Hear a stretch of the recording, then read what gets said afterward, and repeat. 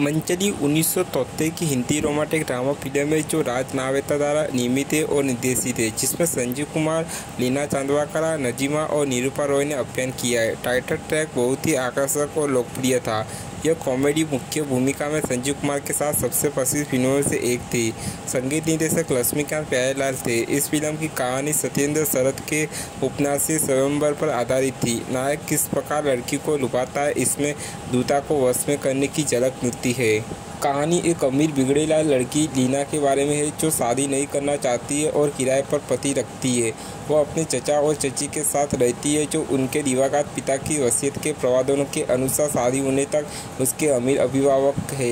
एक जिद्दी और आत्मा इच्छा शक्ति वाली व्यक्ति होने के नाते लीना अपनी सबसे अच्छी दोस्त पुष्पा की सलाह पर अपनी संपत्ति पाने के लिए विवाह अनुबंधन के तहत एक नकली पति को नियुक्त करने की योजना बनाती है, जबकि उसके चचा और चची उसके लिए उपयुक्त विवाह प्रस्ताव की तलाश में है।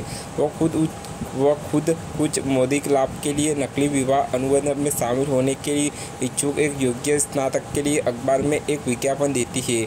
उनके विज्ञापन का जवाब कई लोगों के बीच देहरादून को एक अच्छे दिखाने वाले निवासी सुशील कुमार ने दिया है। वह अपनी सहेली पुष्पा के साथ मिलकर सुशीला कुमार के बारे में निर्णय लेती है और सुशील कुमार को बताती है कि वह अनुबंध के तहत उससे शादी करने के लिए देहरादून आएगी। फिर वह अपने चचा और चची को बताती है कि उसे एक उपयुक्त जीवन साथी मिल गया है और वह अकेले ही उससे शादी करने के लिए देहरादून जा रही है।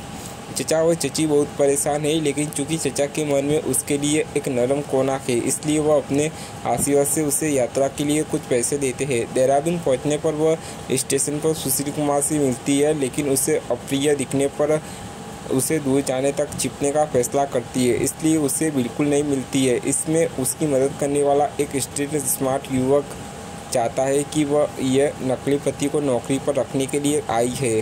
वो उसे रात के लिए होटल ढूंढने में मदद करता है और अपने तेज तर्रार सड़क स्मार्ट तरीकों से खुद को इस पद के लिए उम्मीदवार के रूप में पेश करता है। एक कोने में फंसी हुई पति के बिना घर वापस नहीं जाना चाहती थी। वह उससे शादी करने के लिए सहमत हो जाती है और वे दोनों एक अनुबंध पर हस्ताक्षर करते हैं कि वह एक नकली शादी है। उसे उसकी संपत्ति विरासत में मिलने के 2 दिन बाद उसे तलाक देना होगा।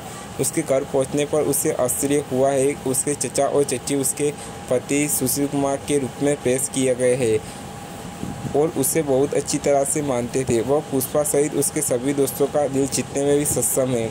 हालांकि वह उसके साथ सभ्य रहता है और जैसा ही वह कहती है वैसा व्यवहार करने के लिए सहमत होता है। वह चाहती है कि उसके चचा उसकी संपत्ति सौंप दे और फिर सुशील कुमार और वह तलाक ले लेगी, लेकिन वह अपने घर से दूर नहीं जाना चाहता है क्योंकि उसकी देहरादून की ट्रेन छूट गई है। एक दिन वह कुछ घंटों के लिए गायब हो जाता है और उसे लगता है कि वह भाग गया है, लेकिन वह घर पहुंचता है और कहता है कि वह उसे उपहार देने के लिए एक सेब के बगीचे में सौदे पर बातचीत कर रहा था।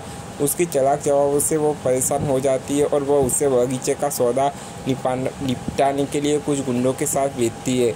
ये योजना बनाकर कि गुंडे उसे डराने के लिए उसकी पिटाई करे। इसके बजाय कुछ घंटों के बाद सुशील कुमार यह कहते हुए वापस आते हैं कि उन्होंने खुद गुंडों की पिटाई की है। उसके घावों और चोटों को देखकर लीना को पश्चाताप होता है और उसके मन में सुशील कुमार के लिए कोमल भावना विकसित होने लगती है। अब सुशील कुमार लीना को छोड़कर पुष्पा और उसकी सहेलियों के साथ घूमने फिरने और क्लबों में जाने लगे हैं।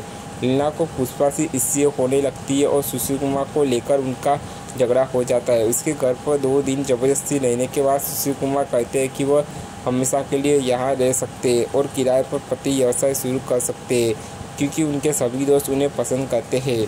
वह घबराई गई है और उसे अपने दोस्तों से मिलने से मना कर दिया है। फिर वह अपने चचा और चची पर अपनी संपत्ति सौंपने के लिए दबाव डालती है क्योंकि अब उसकी शादी हो चुकी है, लेकिन उसके चचा कहते हैं कि वे उसके पति को समाज से परिचित कराने के लिए एक रिसेप्शन पार्टी रखेंगे और फिर उसे उसकी संपत्ति मिल जाएगी। पार्टी की सुबह चचा और चची ने उनकी संपत्ति का कागज नकादी और आभूषण उन्हें और सुशील कुमार को अपने आशीर्वाद के साथ सौंपते हुए कहा कि सुशील कुमार उन सभी चीज़ों में सहयोग भागीदार है क्योंकि वे उन्हें अधिक समझदार और समझदार मानते हैं। अपनी संपत्ति संभालने में लीना से भी अधिक सक्षम है। लीना इतनी परेशान है कि उसे ध्यान ही नहीं आया कि सुशील कुमार सब कुछ बिग फिक्स में रखा है और चला जा रहा है। सुशील कुमार द्वारा उसे लूटने के बारे में अपनी चिंताओं को घर में किसी के साथ सजा करने में सक्षम नहीं है। रिसेप्शन पार्टी के लिए आते ही वह पुष्पा से बात करती है और वो दोनों दोस्तों में सुलह हो जाती है। सभी लोग पार्टी के लिए आने लगते हैं और तभी सुशील कुमार आते हैं। पार्टी के बाद लीना ने सुशील कुमार पर आरोप लगाया है कि उसे धोखा दिया है और उसकी संपत्ति लूट ली है। तब सुशील कुमार ने उसे बताया कि उसने पूरा दिन संपत्ति को केवल उसके नाम पर वापस स्थानांतरित करने, नकदी और आभूषणों को बैंक लॉकर में रखने की जिसकी चाबी वह उसे देता है, और मजिस्ट्रेट से विशेष तलाक के कागजात बनवाने में बिताया है। बस कोर्ट से साइन आउट करना होगा। लीना बहुत शर्मिंदा है। फिर वह वापस अपने पुराने घिसे पिटे कपड़े पहनता है और उसे छोड़ने के लिए अलविदा कहता है। तब लीना उसके पैरों पर गिर जाती है और कहती है कि वह उससे प्यार करती है और उसके बिना नहीं रह सकती है।